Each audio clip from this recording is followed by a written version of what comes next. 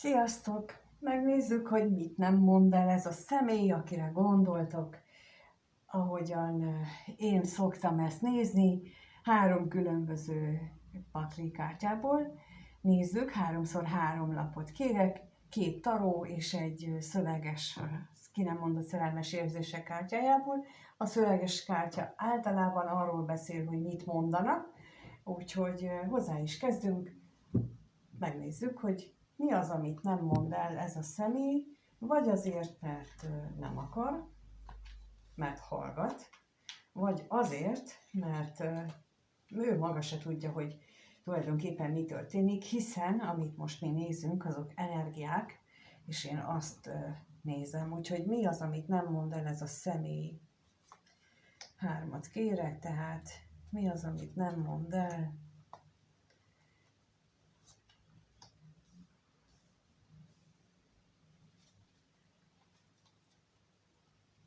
Első pakli. Második pakliból megnézzük, hogy mi az, amit nem mond el.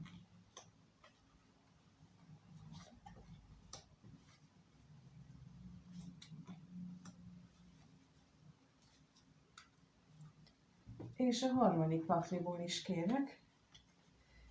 Mi az, amit mégis elmondana, ha mondana?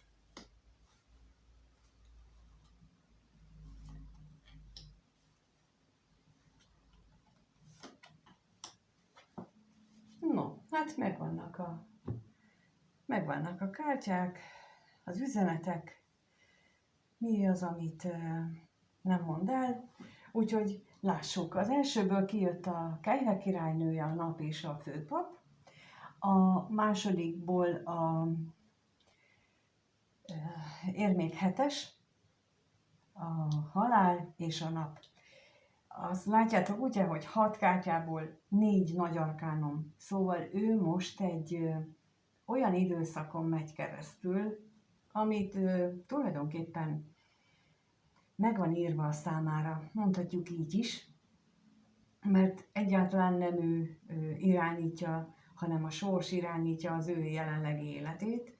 A sors az, aki ezt a hatalmas átalakulást levezényli, aki ide vezette őt, és ez a nagy átalakulás, ez nem az a fajta halálkártya, ami ilyen nagyon szomorú meg sötét lenne, hanem tulajdonképpen van ott sötétség is, de a háttérben, vagy ahova ő tart, tulajdonképpen az egy színes világ, mint ahogy itt mutatják is a következő lapon a napkártyája. Tehát, hogy ez egy olyan átalakulás, amin ő keresztül megy, ami boldog jövőt hoz a számára. Ehhez viszont a érmék 7-ese, az a türelmet kíván, a türelmet szimbolizálja az érmék 7-ese, azt a fajta türelmet, hogy leteszem a botomat, nem dolgozok egy picit, nem akarok, nem akarattal, nem akarással akarok tovább jutni, hanem türelmesen kivárom ezt az égi energiáknak a működését. Az én megtapasztalásom szerint és tudásom szerint is 100%-osan meg van tervezve minden az életünkben, de több variációban van minden pillanatunk megtervezve. És a szabad akaratunk ott nyilvánul meg, hogy mi választunk minden esetben a több variációból, és a következőnek is van egy több variációja. És akkor így érvényesül a szabad akarat és az eleve elrendeltetett sors is. És hát az én nézőpontom szerint van egy isteni részünk, amely ezt koordinálja, és ő jelenik meg időnként a halál képében, a sors képében, illetve hát itt is a többi is azt szimbolizálja a sorsot, hogy kötelezően terelnek arra az útra, ami nekünk meg van írva. Mert amikor nagyon eltévedünk, akkor bizony szükségünk van arra, hogy visszatereljenek bennünket. Erre szoktam mondani azt, hogy én mindig ellenálltam ennek, mert hogy azért ugye, mint mondtam, van szabad akarat, és vannak olyan lehetőségeink, ami kitérhetünk, és aztán elérkezünk oda, amikor elmegyünk a falig, és már nincsen több lehetőségünk, akkor kénytelenek vagyunk a sors akaratát beváltani, megtenni, és ő pont egy ilyen időszakot él meg az életében. Ennek viszont nem kellemes az ő számára. Nagyon nem kellemes.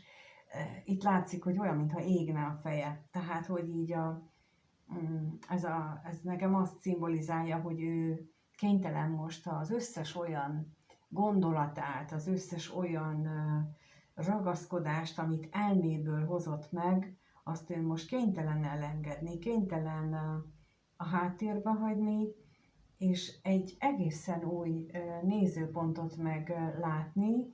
Itt a kisgyermek kezében csokorral, virágcsokorral üdvözli ezt a halált, tehát hogy nem egy olyan rossz helyen jár, viszont ő benne most nagyon nehéz energiák vannak, és nagyon nehéz utat jár be.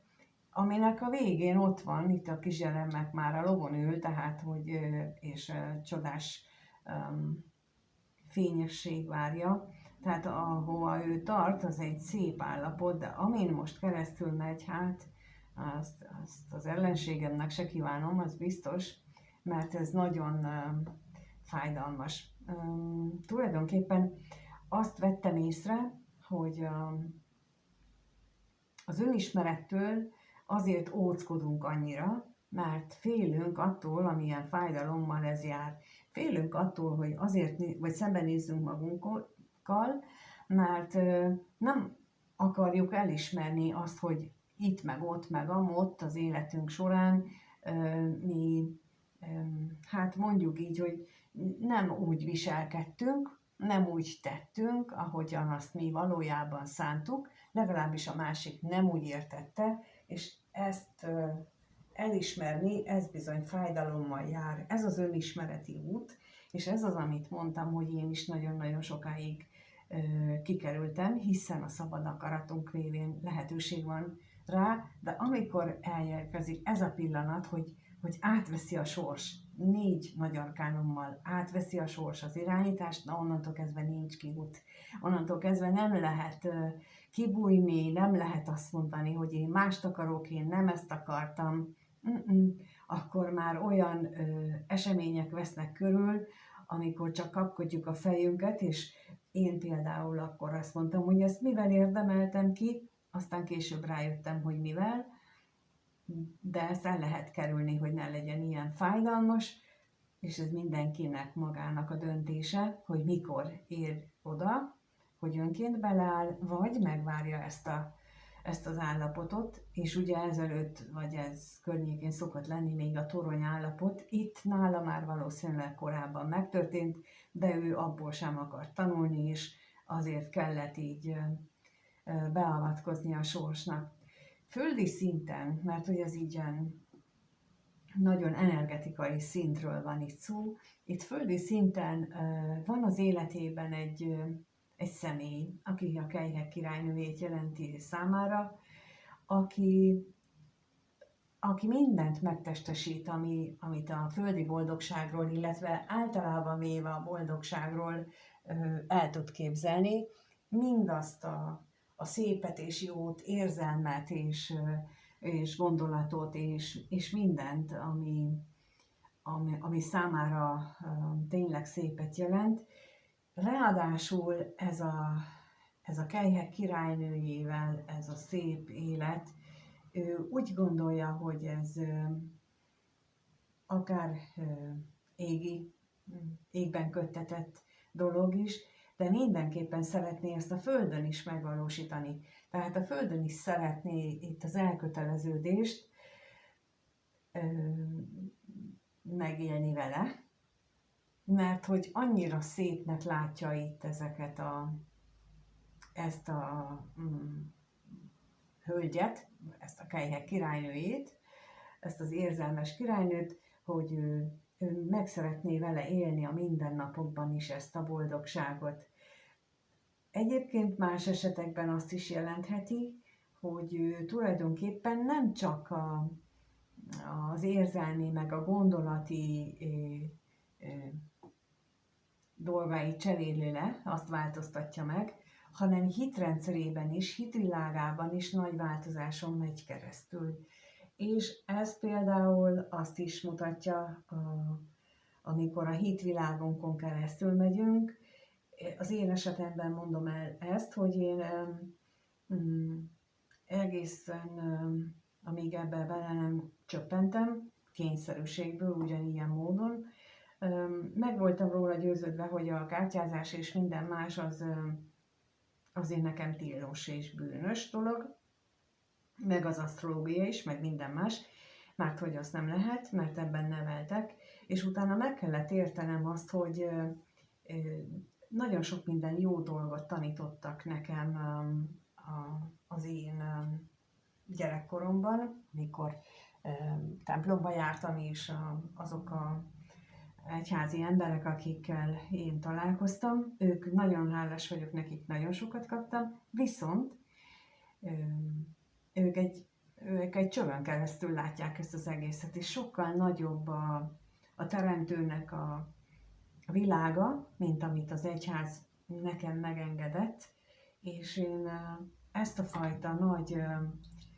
hitrendszer, nézőpontbeli átalakuláson is átmentem, hasonlóan ehhez. Azért mondom, hogy itt nagyon érzem ezt a hasonló átalakulás energiát, amin én is meg átmentem, mert rá kellett jönnöm, hogy attól, hogy én másképp látom a teremtőt, mint ahogy azt tanították, attól az nem mond ellent neki, sőt,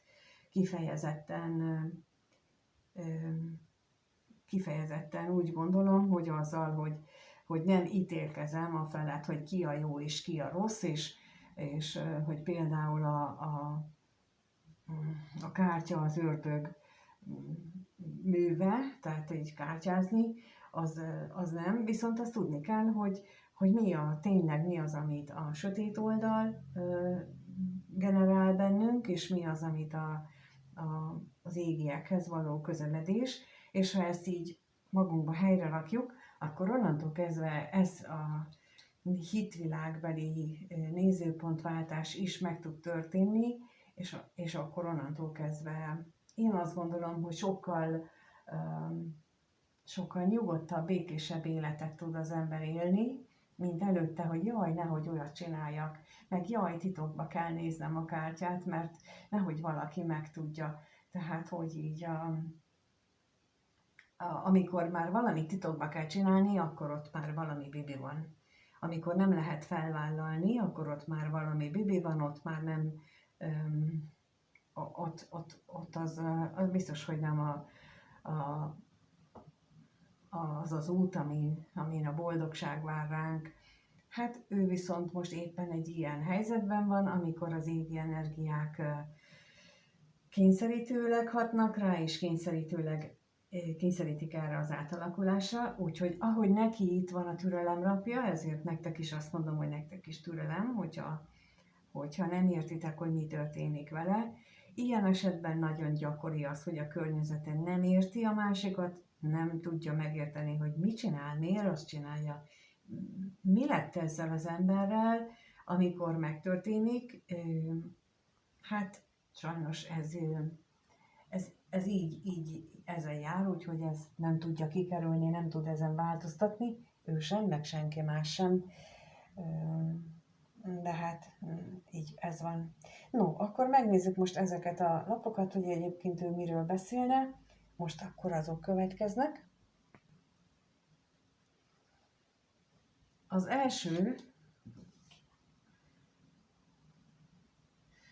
első lap azt mondja, hogy ne haragudj, drágám, ez csak egy szórakozós időszak volt, vagy az tulajdonképpen. Lehet, mint mondtam, ő maga sem érzékeli, hogy mi történik vele, hogy ő most olyan, mintha valamiféle szórakozáson venne részt, ami nem biztos, hogy pozitív szórakozás, nem biztos, hogy pozitívnak éli meg, de ő gondolhatja úgy is, hogy jobb, hogyha így állok hozzá, mint hogyha itten halál komolyan veszem az egészet. A középső szerint úgy tűnik, hogy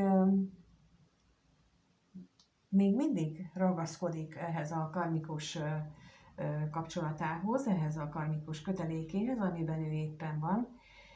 Ezt mondaná, ő ezt érzékeli, hogy ő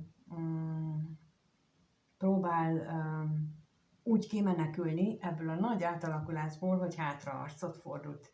És akkor így a kettő együtt már azt mutatja nekem, hogy próbálja azt elhitetni magával is, és veled is, hogy ez kettőtök között semmi extra nincsen, tulajdonképpen csak egy kis kirándulást tett abból a jelenlegi helyzetéből, a jelenlegi szituációjából, és akkor ő továbbra is ragaszkodik ahhoz a dolgokhoz, ahhoz az élethez, amit eddig ő élt. Na és akkor megnézzük a harmadikat, ami azt mondja, hogy ez az út valójában a mi igazi utazásunk, és itt ez meg már arról szól, hogy amit itt elmondtam, tehát, hogy van neki a szívében valószínűleg te, az a személy, akit ő a napnak lát, akit a legcsodálatosabb teremtménynek lát ezen a földön, és akivel meg szeretné élni testileg, lelkileg azt a boldogságot, aki te vagy, amit lehetséges ebben a világban, viszont ahhoz, és ez a ti utazásotok, ahogy ő itt mondja, a harmadikon, ez a ti utazásotok, hogy ezt megéljétek így együtt, viszont neki most át kell alakulni, amihez meg egyáltalán nem fűlik a foga, ezt ő nem akarja, úgyhogy ő ragaszkodik a régi mintáihoz, és egyébként vedd úgy, hogy ez egy kiruccanás volt az ő életében, már mint a kettőtök kapcsolata, mert nem tudja ezt egyelőre elfogadni. Hiába van ott benne ez a gyönyörű szép érzés, ezt ő lelkileg nem tudja még magáévá tenni. No hát, ez egy teljesen érthető viselkedés, ez a teljesen érthető gesztus a részéről, ehhez kell, amit mondtam, a végtelen türelem a te részedről is, a végtelen kitartás, de ez csak akkor igaz, és akkor most mondom mindenkinek, hogy aki tudja, egészen biztosan tudja, hogy az a másik szereti őt, aki biztosan tudja, mert már valamilyen módon értésedre adta, hogy neki te ez vagy, hogy valóban a napot jelented a számára, hogy valóban te vagy a boldogsága. Abban az esetben igaz ez, hogy legyél türelmes és kitartó. Ha nem történt ilyen, akkor ne képzeld bele, kérlek, azt, hogy te vagy neki ez a személy, mert akkor nem igaz. Nagyon fontos, hogy itt lássuk a valóságot, és lássuk mi magunkban is azt, hogy mi az ábránd. Ő is ebbe egyfajta elmenekülésben van, tehát ő sem akarja látni ezt az utat, és ha te annak ellenére, hogy ő ezt nem fejezte ki, hogy te az ő napsugara vagy, és te vagy az életének a fénypontja, akkor te is elmenekülsz a valóság elől, és akkor így, hát az nem vezethet jóra, de a lényeg az, hogy akkor viszont, ha ez nem így van, akkor nem érvényes rá, hogy légy türelemmel. Ez azokra érvényes, akiknek mondom, vannak olyan kapcsolódások, például egy ikellám kapcsolódásban ez egy teljesen szokványos, és nem egy egyszeri alkalommal megvalósuló állapot, ami itt le van írva, ez ott több ilyennek is meg kell történnie az ő kapcsolatukban, és ott a végtelen türelem szükséges a másik fél iránt, de ott nem is arról van szó, hogy ők együtt lesznek valaha is, de ez nincs megígérve, én se tudnám megígérni, tapasztalataim alapján, bár vannak sejtéseim, hogy kicsit másképp alakulnak ezen túl a dolgok, mint ahogy eddig, de eddig nem volt ez így ígéretként, hogyha ők átmennek ezen a nagy átalakuláson, akkor megkapják ezt a nagy boldogságot. Most esély van rá, de ez csak ott és akkor érvényes. Nálad viszont nem biztos, ha nem, mint ahogy mondtam, ha nem tudod, és nem volt ez már szóba köztetek, akkor óvatosan kezeld kérlek, és ne vedd készpénznek, ami itt elhangzott, mert akkor ide kell a józan ész, ide kell az a fajta belső hang, amit hallunk, az intuíció, hogy most ez tényleg rám igaz ez, ahogy szokták mondani máshol, hogy rezonál-e veled, hát persze, hogy rezonál, a szép dolgok mindegyik rezonál, vagy várjál türelmesen, majd ne csinálj semmit, az is rezonálni szokott, de én nem azt mondom, hogy ne csinálj semmit, hanem éppen azt mondom, hogy állj bele és dolgozzál, mert ha ő neki egy ilyen szituációja van, akkor neked is kell, hogy ilyen legyen. És ez biztos. Hogyha neki egy ilyen sors helyzete van, akkor neked is kell és lesz egy ilyen, és te ezt megelőzheted, ha te előbb beleállsz, mint ahogy ez megtörténik, és az bizony nem kellemes. De mindenkinek köszönöm, aki itt volt és megnézte ezt a videót, és remélem ma is tudtam olyat mondani, amitől egy kicsivel többet tudtok meg magatokról, és többet tudtok meg a kapcsolataitokról. Köszönöm a lájkot, az interakciókat. Mindenkinek minden jót kívánok. Sziasztok!